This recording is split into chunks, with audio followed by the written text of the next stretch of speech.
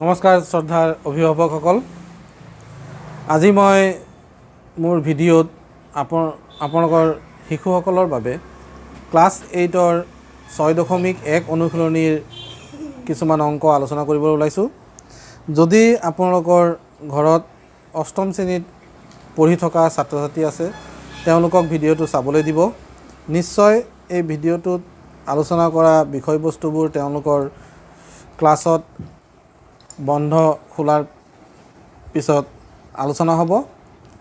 তেওঁলোকে বিদ্যালয়লৈ থুলমূল ধাৰণা এটা হ'লেও এই ভিডিঅ'ৰ জৰিয়তে লৈ যাব পাৰিব আৰু তেওঁলোকৰ পাঠত থকা বৰ্গ আৰু বৰ্গমূল পাঠটোৰ কিছুমান জানিবলগীয়া বিষয়বস্তু আগতীয়াকৈ জানিব পাৰিব। গতিকে আশা কৰোঁ আপোনালোকে মোৰ আৰু ছাত্ৰ ছাত্ৰীসকলৰ মাজৰ এই পাঠদান আৰু পাঠ গ্ৰহণ প্ৰক্ৰিয়াৰ সমভাগী হ'ব। আহক আমি এই পাঠটোৰ প্ৰথম প্ৰশ্নটো আলোচনা কৰোঁ। এই পাঠটোৰ প্ৰথম প্ৰশ্নটো দিয়া আছে পেজ নম্বৰ 107ত। 1ৰ পৰা আৰম্ভ কৰি 200লৈকে কিমানটা পূৰ্ণবৰ্গ সংখ্যা আছে? চাওক, 1ৰ পৰা আৰম্ভ কৰি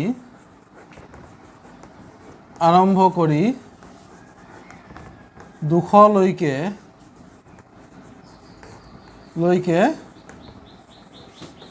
কিমানটা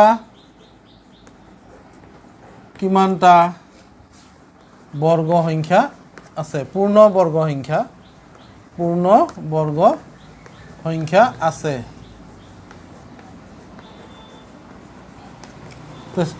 ছাত্ৰ ছাত্ৰীসকলৰ যদি মনত আছে, মোৰ পূৰ্বৰ ভিডিঅ'ত মই আলোচনা কৰিছিলোঁ যে পূৰ্ণবৰ্গ সংখ্যা কাক বোলে? What is perfect square number? আৰু এই প্ৰশ্নটো যদি ইংৰাজীত সোধা হয়, how many perfect square number are there between, not between, how many perfect square numbers are there from 1 to 200? যদি আমি এইটো অংকৰ উত্তৰ ওলাব যাওঁ, তেতিয়াহ'লে আমি মনত পেলাব লাগিব 1ৰ বৰ্গ 1, 2ৰ বৰ্গ 4, 3ৰ বৰ্গ 9। ঠিক সেইদৰে যদি আমি যাওঁ 14ৰ বৰ্গ আমি পাই যাম 196, বুজিছেনে? আৰু 15ৰ বৰ্গ আমি পাই যাম 225। যিহেতু 225 200 পাৰ হৈ গ'ল, গতিকে আমি ক'ব পাৰোঁ যে 14টা বৰ্গ 1 আৰু 1ৰ পৰা 200লৈকে, 1ৰ পৰা 200লৈকে মুঠতে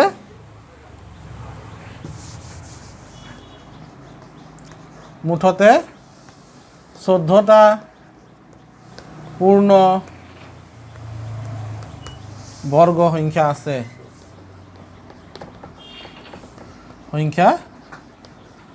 পূৰ্ণ বৰ্গ সংখ্যা আছে। তো দেখিলা ছাত্ৰ ছাত্ৰীসকল, কিদৰে মই উলিয়ালোঁ। মই 1 স্কুৱেৰ মানে কিমান, 2 স্কুৱেৰ মানে কিমান, সেই টেবুলখন মই জানো।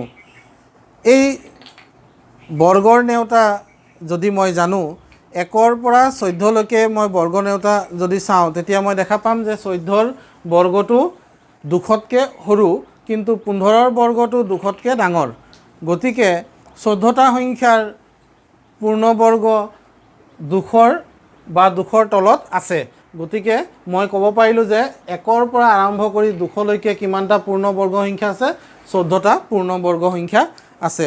That means I can say there are 14 perfect square number from 1 to 200. নাও ফৰ কুৱেশ্যন নম্বৰ 2, তলত দিয়া সংখ্যাবোৰক বৰ্গ কৰিলে এককৰ স্থানত কি অংক থাকিব লিখা। এতিয়া প্ৰশ্ন নম্বৰ 2টো মই স্ক্ৰীণত দি দিম, তোমালোকে স্ক্ৰীণত দেখা পাবা। নম্বৰ 2 কুৱেশ্যনটো মই লিখা নাই, সমাধান লিখিব গৈছোঁ। 1 নম্বৰ প্ৰশ্নটো মই আকৌ এবাৰ পঢ়ি শুনাব বিচাৰোঁ। যদি কিবা কাৰণত স্ক্ৰীণত মই দিব নোৱাৰোঁ, তেতিয়াহ'লে তোমালোকে চোৱা। 1 নম্বৰ প্ৰশ্নটো, 2 নম্বৰ প্ৰশ্নটোৰ তলত দিয়া সংখ্যাবোৰক বৰ্গ কৰিলে একক স্থানত কি অংক থাকিব প্ৰথম সংখ্যাটো দিয়া আছে 1 নম্বৰত 51 এই সংখ্যাটো বৰ্গ কৰিলে একক স্থানত কি থাকিব সেইটো সুধিছে প্ৰথমতে মই লিখিম 51 ৰ একক স্থানৰ অংক একক স্থানৰ অংক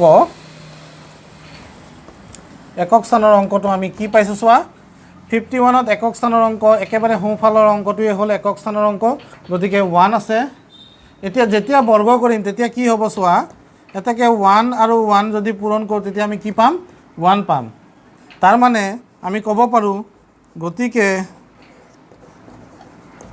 51 ৰ যেতিয়া আমি বৰ্গ কৰিম 51 স্কোয়াৰ তাৰ স্কোয়াৰৰ 51 ৰ বৰ্গৰ একক স্থানৰ অংক কি হ'ব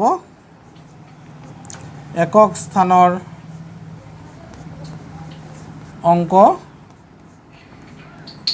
অংকটো হ'ব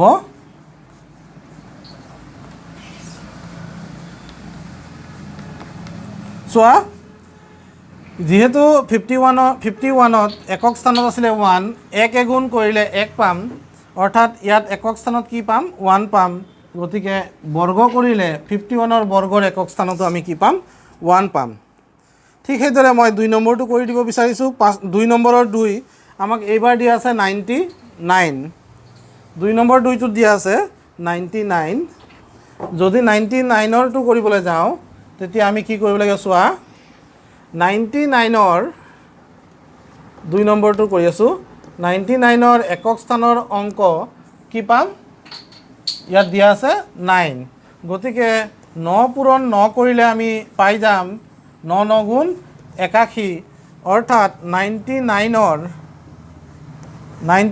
ৰ বৰ্গৰ একক স্থানৰ অংকটো হ'ব চোৱা ইয়াত 9 × 9 কৰাৰ লগে লগে কি পাইছিলোঁ 81 এই সংখ্যাটোৰ একক স্থানত কি আছে 8টো আছে নে 1টো আছে 8 নে 1 যেহেতু 81 ৰ একক স্থানত 1 আছে গতিকে 91 ৰ বৰ্গৰ একক স্থানত কি থাকিব 1 থাকিব ছাত্ৰ ছাত্ৰীসকল আশা কৰোঁ তোমালোকে এই 2 নম্বৰৰ বাকী 3টা অংক কৰিব পাৰিবা এতিয়া মই আগবাঢ়ি যাব বিচাৰিছোঁ 3 নম্বৰ প্ৰশ্নটোলৈ 3 নম্বৰ প্ৰশ্নটোত দিয়া আছে তলৰ সংখ্যাবোৰ পূৰ্ণ বৰ্গ নোহোৱাৰ কাৰণ উল্লেখ কৰা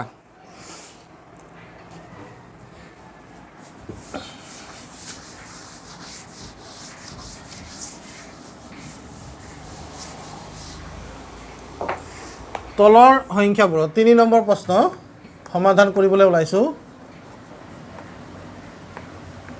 3 নম্বৰ প্ৰশ্ন এতিয়া 3 নম্বৰৰ 1টোত আমাক সংখ্যা দিয়া আছে 4 3 4 7 3 নম্বৰ প্ৰশ্নটোত আমাক 5টা সংখ্যা দিয়া আছে সেই সংখ্যাকেইটা পূৰ্ণ বৰ্গ সংখ্যা কিয় নহয় তাৰ কাৰণটো উল্লেখ কৰিব দিছে তে ছাত্ৰ ছাত্ৰীসকল তোমালোকে যদি মোৰ পূৰ্বৰ ভিডিঅ'টো চাইছা তাত মই উল্লেখ কৰিছিলোঁ যে যদি কোনো এটা সংখ্যাৰ একক স্থানৰ অংকটো 2 বা 3 বা 7 বা 8 2 3 7 আৰু 8 এই 4টা অংকৰ ভিতৰত যিকোনো এটা অংক যদি থাকে তেতিয়াহ'লে পূৰ্ণ বৰ্গ সংখ্যা নহয় এতিয়া এই সংখ্যাটো যিটো সংখ্যা আমাক দিয়া আছে 4347 এই সংখ্যাটোৰ 4347 ৰ একক স্থানৰ অংক কি আছে চোৱা একক স্থানৰ অংকটো হ'ল 7 যদি 7 থাকে তেতিয়াহ'লে আমি ক'ব লাগিব যে আমি জানো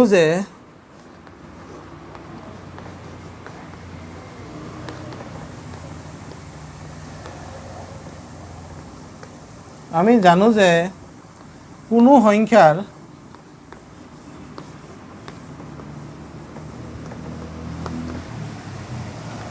কোনো সংখ্যাৰ একক স্থানৰ অংক 2 বা 3 বা 7 বা 8 হলে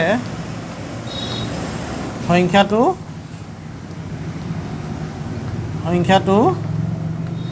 পূৰ্ণ বৰ্গ সংখ্যা নহয়, পূৰ্ণ বৰ্গ সংখ্যা নহয়। চোৱা, ইয়াৰ কাৰণটো হ'ল কোনো সংখ্যাৰ একক স্থানৰ অংক 2 বা 3 বা 7 বা 8 মানে এই 4টা অংকৰ ভিতৰত যিকোনো যদি এটা অংক থাকে তেতিয়াহ'লে সংখ্যাটো পূৰ্ণ বৰ্গ সংখ্যা নহয়। সেয়েহে বা গতিকে এনেকৈ লিখিব, গতিকে 4 3 4 7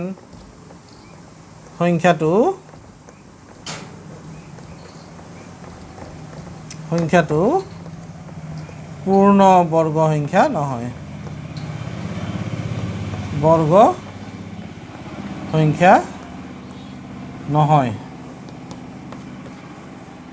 ছাত্ৰ ছাত্ৰীসকল, তোমালোকে নিশ্চয় ধৰিব পাৰিছা যে 3 নম্বৰ প্ৰশ্নটোত আমাক সুধিছিল যে তলত দিয়া সংখ্যাবোৰ কিয় পূৰ্ণ বৰ্গ সংখ্যা নহয়, তোমালোকে তাৰ কাৰণটো উল্লেখ কৰিব লাগে।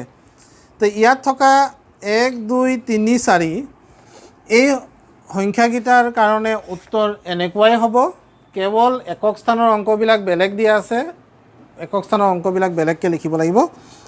আৰু 5 নম্বৰ প্ৰশ্নটোত চোৱা, 3 নম্বৰৰ পাছত সংখ্যাটো আমাক দিয়া আছে বেলেগ এটা। চোৱা, মই সেইটো লিখিব লাগিব, সেইটো এটা কৰি দিওঁ মই তোমালোকক। এইটো তোমালোকে লিখি ল'বা আৰু ইয়াৰ লগত থকা অংকবোৰ তোমালোকে নিজৰ বহীত কৰি মোৰ হোৱাটছএপ নম্বৰ যোনে যোনে জানা মোৰ তাত চেণ্ড কৰিবা, মই চাম। আৰু যিসকলে নাজানা তেওঁলোকক মই নম্বৰটো দিম, তোমালোকে মোৰ তাত পঠিয়াব পাৰা, যদি ভাবা পঠিয়াব পাৰা। এতিয়া 5 নম্বৰ অংকটোত চোৱা, 5 নম্বৰত আমাক সংখ্যা দিয়া আছে 182000। ইয়াত কিন্তু সেই 4টা অংক নাই, একক স্থানৰ অংক ইয়াত 2 3 7 আৰু 8ৰ ভিতৰত এটাও নাই, কিন্তু ইয়াত কি আছে, 0 আছে। এতিয়া 0 থাকিলেও কিন্তু পূৰ্ণবৰ্গ সংখ্যা নহয় বুলি আমি ক'ব পাৰোঁ, যদিহে সংখ্যাটোত থকা 0ৰ সংখ্যা কি হয়, অযুগ্ম হয়। 1820000 থকা 0ৰ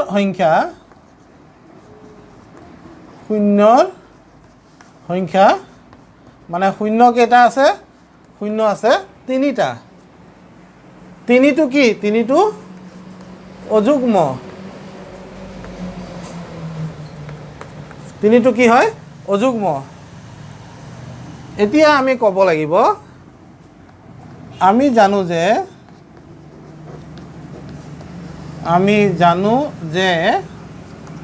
কোনো সংখ্যাৰ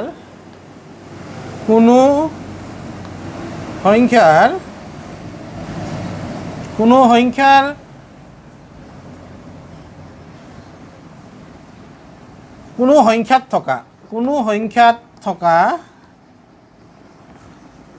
0ৰ সংখ্যা, নাম্বাৰ অফ জিৰ'জ, 0ৰ সংখ্যা অযুগ্ম হ'লে, বা তোমালোকে এইটোকে অকণমান লিখিব পাৰিলে আৰু ভালদৰে, কোনো সংখ্যাত থকা 0ৰ সংখ্যা অযুগ্ম হ'লে সংখ্যাটো পূৰ্ণ বৰ্গ সংখ্যা নহয়। এই কথাটো তোমালোকে আৰু ধুনীয়াকৈ লিখিব পাৰিলা হয়, কোনো সংখ্যাত অযুগ্ম সংখ্যক শূন্য থাকিলে সংখ্যাটো পূৰ্ণবৰ্গ নহয়। সেনেকৈও লিখিব পাৰিলে হয়। মই ইয়াত লিখি দিছোঁ, কোনো সংখ্যাত থকা শূন্যৰ সংখ্যা অযুগ্ম হ'লে সংখ্যাটো পূৰ্ণবৰ্গ নহয়। এতেকে আমাক দিয়া 182,000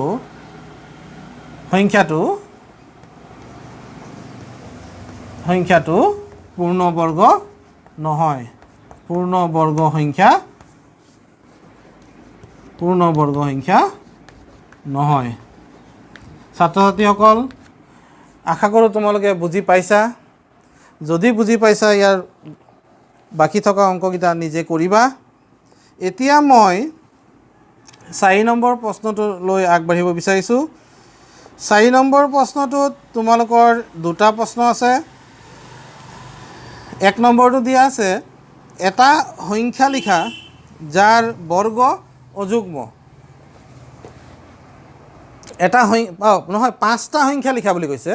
5টা সংখ্যা লিখা যাৰ বৰ্গ অযুগ্ম। এইটো তোমালোকে নিশ্চয় কৰিব পাৰিবা, কাৰণ মোৰ পূৰ্বৰ ভিডিঅ'টোত মই কৈছিলোঁ যে বৰ্গৰ নেওতাত আমি যেতিয়া ভালদৰে লক্ষ্য কৰিম তেতিয়া দেখা পাম অযুগ্ম সংখ্যাৰ বৰ্গ সদায় অযুগ্ম সংখ্যা পাইছোঁ আৰু যুগ্ম সংখ্যাৰ বৰ্গ সদায় আমি যুগ্ম সংখ্যা পাইছোঁ। অৰ্থাৎ আমি এটা বৰ্গ সংখ্যাৰ ধৰ্ম বুলি ক'ব পাৰি ইয়াক, যে অযুগ্ম সংখ্যাৰ বৰ্গ সদায় অযুগ্ম আৰু যুগ্ম সংখ্যাৰ বৰ্গ সদায় যুগ্ম হয়। গতিকে যিহেতু 5 নম্বৰৰ 1টোত 5টা সংখ্যা লিখা যাৰ বৰ্গ যুগ্ম, তেনেহ'লে তোমালোকে 5টা যুগ্ম সংখ্যা লিখি দিবা। 5টা যুগ্ম সংখ্যা বুলি কওঁতে তোমালোকে 2, 4, 6, 8 এনেকৈও লিখিব পাৰা, বা তোমালোকে যদি ভাবা যে নাই মই ডাঙৰ সংখ্যা লিখিম, তোমালোকে সংখ্যাটো যুগ্ম লিখিলেই হৈ যাব। তাৰমানে ইয়াৰ উত্তৰ অসংখ্য আছে, তাৰে ভিতৰত 5টা উত্তৰ লিখিব লাগে, যিটো তোমালোকৰ বাবে এৰা হ'ল। তাৰপিছত কৈছে 2 নম্বৰটোত 5টা সংখ্যা লিখা যাৰ বৰ্গ অযুগ্ম। এইবাৰ তোমালোকৰ উত্তৰটো হ'ব 5টা অযুগ্ম সংখ্যা। যিকোনো 5টা অযুগ্ম সংখ্যা লিখি দিয়া, 4 নম্বৰৰ 1 আৰু 4 নম্বৰৰ 2টোৰ উত্তৰ হৈ যাব। এতিয়া মই যাব বিচাৰিছোঁ 4 নম্বৰৰ 5টোত। ইয়াত কৈছে পোনে পোনে যোগ নকৰি বিশেষ ধৰ্মৰ ভিত্তিত যোগফল উলিওৱা। ছাত্ৰ ছাত্ৰীসকল চোৱা, প্ৰশ্নটো কি আছে মই লিখি দিওঁ। বুবু দিয়া, চোৱা, প্ৰশ্নটোত কোৱা আছিলে যে পোনে পোনে যোগ নকৰি বিশেষ ধৰ্মৰ ভিত্তিত যোগফল উলিওৱা। এই যোগফলবিলাক উলিয়াব লাগে, কিন্তু আমি পোনে পোনে যোগ কৰি পিনি উলিয়াব নালাগে। এতিয়া কালিৰ ভিডিঅ'টোত মই উল্লেখ কৰিছিলোঁ এটা ধৰ্ম, যে বৰ্গ সংখ্যাবোৰক আমি ক্ৰমিক অযুগ্ম সংখ্যাৰ যোগফল হিচাপে প্ৰকাশ কৰিব পাৰোঁ। মই লিখিছিলোঁ ধৰ্মটো যে যিকোনো এটা বৰ্গ সংখ্যাক তাৰ সমসংখ্যক প্ৰথম ক্ৰমিক অযুগ্ম সংখ্যাৰ যোগফল হিচাপে প্ৰকাশ কৰিব পাৰি বা সমান। এতিয়া যিকোনো এটা সংখ্যাৰ বৰ্গ সমসংখ্যক প্ৰথম ক্ৰমিক অযুগ্ম সংখ্যাৰ যোগফলৰ সমান। তাৰমানে যদি ইয়াত ক্ৰমিক সংখ্যা দি আছে, চোৱা, প্ৰথম অযুগ্ম সংখ্যা 1, তাৰ পিছৰটো হ'ল 3, তাৰ পিছৰটো 5, তাৰ পিছৰটো 7। গতিকে 1, 2, 3, 4 কেইটা ক্ৰমিক সংখ্যা যোগ কৰিছোঁ, আমি কেইটা ক্ৰমিক অযুগ্ম সংখ্যাৰ যোগফল পাইছোঁ, এইটো হ'ল 4। গতিকে এইটোৰ উত্তৰ হ'ব 4ৰ বৰ্গ। 4ৰ বৰ্গ মানে কিমান? 4 পূৰণ 4, 4 4 গুণ 16। তাৰমানে এই ক্ৰমিক অযুগ্ম সংখ্যাৰ যোগফল 4ৰ বৰ্গৰ সমান। 4টা ক্ৰমিক সংখ্যা আছে, সেইকাৰণে 4ৰ বৰ্গ হৈছে, আৰু সেইটোৰ উত্তৰ ওলাইছে 16, 16। এতিয়া মই যাম 2 নম্বৰটোত। ইয়াত কেইটা অযুগ্ম সংখ্যা আছে? ক্ৰমিক অযুগ্ম সংখ্যা প্ৰথম 1ৰ পৰাই আৰম্ভ হৈছে, আৰু ক্ৰমিক কেইটা আছে? 1, 2, 3, 4, 5, 6, 7, 8টা। অৰ্থাৎ ই হ'ব 8ৰ বৰ্গ, 8 স্কুৱেৰ। 8 স্কুৱেৰ মানে কিমান? 8 পূৰণ 8 সমান কিমান হ'ব? 64। তাৰমানে ইয়াৰ উত্তৰ পাই গ'লা 64। মই যোগ কৰিছোঁ নে? পোনে পোনে যোগ কৰিবলৈ মানা কৰিছে, সেইকাৰণে মই পোনে পোনে যোগ কৰা নাই। ছাত্ৰ ছাত্ৰীসকল, এইবাৰৰ উত্তৰটো তোমালোকে নিজেই পাৰিবা, মই জানো। 1 2 3 4 5 6 1 2 3 4 5 6 7 8 9 10 11 12 13। তাৰমানে ইয়াত আছে 13টা ক্ৰমিক অযুগ্ম সংখ্যাৰ যোগফল। 13টা ক্ৰমিক অযুগ্ম সংখ্যাৰ যোগফল 13ৰ বৰ্গ হ'ব। আৰু এই 13ৰ বৰ্গ তোমালোকে জানা 13 পূৰণ 13। 13 পূৰণ 13 কৰিলে আমি কিমান পাম চোৱা। 3 3 গুণ 3 3 গুণ 9, 3 3 কিমান 3 3 6, 1 গুণ 1। দেখিছেনে কেনেকৈ কৰিলোঁ? 3 আৰু 3 প্ৰথমতে পূৰণ কৰিছোঁ, এককৰ ঘৰৰ অংক দুটা পূৰণ কৰিছোঁ। 3 3 গুণ 9, তাৰপিছত এককৰ ঘৰৰ অংককেইটা যোগ কৰিছোঁ। 3 3 কিমান 6, আৰু পিছত দশকৰ ঘৰৰ অংককেইটা কি কৰিছোঁ পূৰণ কৰিছোঁ। গতিকে আমি কিমান পালোঁ 169। ছাত্ৰ ছাত্ৰীসকল, আশা কৰোঁ তোমালোকে অংককেইটা বুজি পাইছা। এতিয়া 6 নম্বৰ অংকটো তোমালোকে নিশ্চয় কৰিব পাৰিবা। চোৱা, 36ক 6টা ক্ৰমিক অযুগ্ম সংখ্যাৰ যোগফল হিচাপে পাব পৰা যায়নে? 36 6 নম্বৰ অংকৰ উত্তৰ সমাধান। চোৱা, 36 ক্ৰমিক অযুগ্ম সংখ্যাৰ যোগফল হিচাপে পোৱা যাবনে? চাই লোৱা। 36 মানে কি? 36 মানে 6ৰ বৰ্গ। তাৰমানে কি হ'ব? 6টা ক্ৰমিক অযুগ্ম সংখ্যাৰ যোগফল হিচাপে পোৱা যাব। কি কি? 1 যোগ 3 যোগ 5 যোগ 7 যোগ 9 যোগ 11। দেখিছেনে? তাৰমানে অযুগ্ম কেইটা আছে? 1 2 3 4 5 6টা। গতিকে তোমালোকে গম পাইছা যে 36ক 6টা ক্ৰমিক অযুগ্ম সংখ্যাৰ যোগফল হিচাপে প্ৰকাশ কৰিব পাৰি, কাৰণ 36 হ'ল 6ৰ বৰ্গ, সেইবাবে 6টা অযুগ্ম সংখ্যাৰ যোগফল হিচাপে 6টা ক্ৰমিক অযুগ্ম সংখ্যাৰ যোগফল হিচাপে প্ৰকাশ কৰিব পাৰিলোঁ।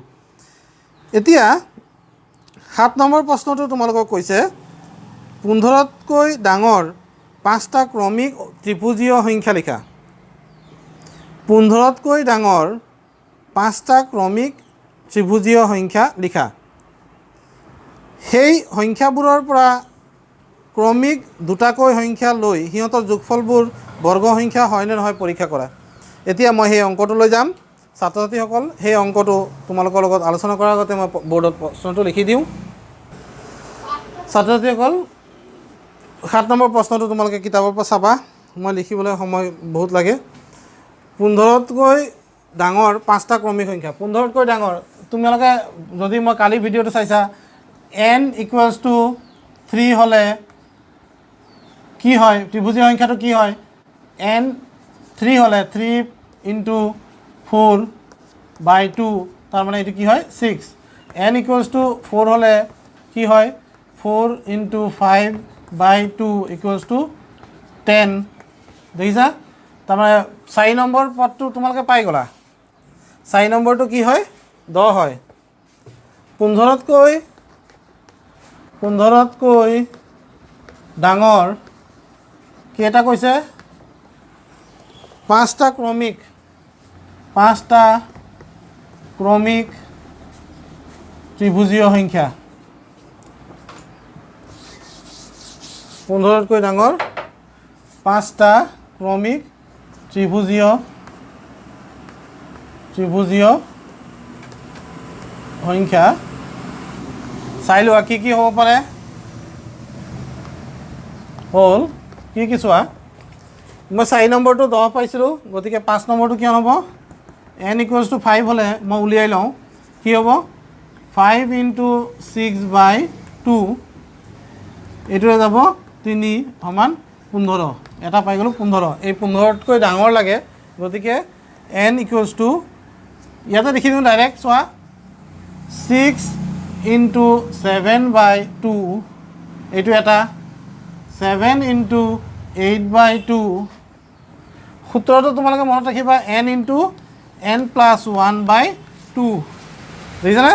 এইটো হ'ল সূত্ৰটো, যিটো সূত্ৰৰ সহায়ত ত্ৰিভুজীয় সংখ্যাবিলাক উলিওৱা হয়। গতিকে মই 6 নম্বৰটো এইটো হ'ল, 5 নম্বৰটো হ'ল এইটো 15, 6 নম্বৰটো এইটো, 7 নম্বৰটো পাই গ'লোঁ, 8 নম্বৰটো এইটো হ'ব, 9 নম্বৰটো হ'ব এইটো আৰু 10 নম্বৰটো হ'ব এইটো যদি চাওঁ তেতিয়াহ'লে এইটো কি হ'ব চোৱা 2ৰে 6ক যাব 3বাৰ 3 7 গুণ 21 তাৰ পিছৰটো হ'ব 8 8 4 গুণ 8 8ক 2ৰে যাব 4বাৰ 4 7 গুণ 28 তাৰ পাছৰটো হ'ব 4 9 গুণ 36 তাৰ পিছৰটো হ'ব 5 9 গুণ 45 তাৰ পাছৰটো হ'ব 5 5 গুণ 55 দেখিছানে 15তকৈ ডাঙৰ 5টা ক্ৰমিক ত্ৰিভুজীয় সংখ্যা উলিয়াব দিছিলে সেইকেইটা হ'ল 21 28 36 45 আৰু 55 এতিয়া দুটা ক্ৰমিক সংখ্যাৰ যোগফল দুটা ক্ৰমিক ত্ৰিভুজীয় সংখ্যাৰ যোগফল ত্ৰিভুজীয় সংখ্যাৰ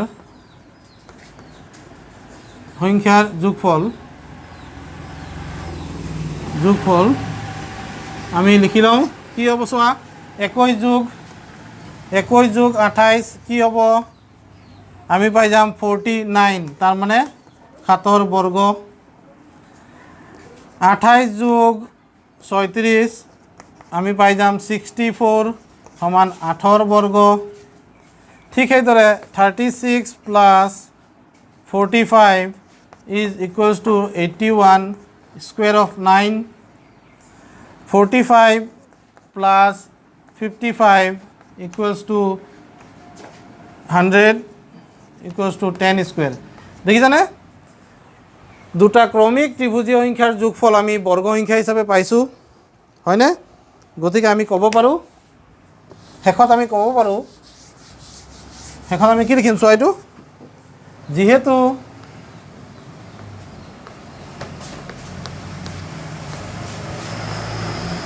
দুটা ক্ৰমিক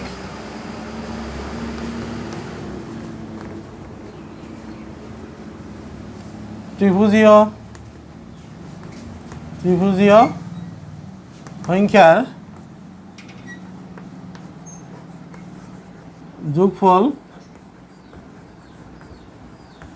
যোগফল এটা বৰ্গ সংখ্যা পোৱা গ'ল যিহেতু পোৱা গ'ল গতিকে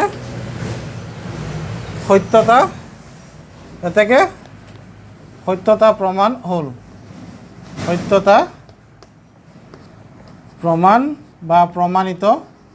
প্ৰমাণিত হ'ল তাৰমানে এটা ধৰ্ম আছিল যিটো ধৰ্ম মই কালিৰ ভিডিঅ'টোত আলোচনা কৰা নাছিলোঁ সেই ধৰ্মটো আছিল যে যিকোনো দুটা ক্ৰমিক ত্ৰিভুজীয় সংখ্যাৰ যোগফল সদায় এটা বৰ্গ সংখ্যা হয় সেই সত্যতাটো প্ৰমাণ কৰিবৰ বাবে এই 7 নম্বৰ অংকটো আমাক দিছিল কৰিবলৈ আৰু আমি কৰি দেখা পালোঁ যে দুটা ক্ৰমিক সংখ্যা যেতিয়া যোগ কৰোঁ তেতিয়া আমি এটা বৰ্গ সংখ্যা পাওঁ আৰু সেইটোৱেই প্ৰমাণ কৰিলে যে সেই ধৰ্মটো সঁচাকৈ সত্য তো ছাত্ৰ ছাত্ৰীসকল তথা অভিভাৱকসকল ভিডিঅ'টো চোৱাৰ বাবে আৰু মোক সহায় কৰাৰ বাবে সকলোকে ধন্যবাদ জনালোঁ আৰু আশা কৰোঁ পৰৱৰ্তী ভিডিঅ'বোৰতো আপোনালোকে এনেদৰে মোক সহায় কৰি যাব ধন্যবাদ।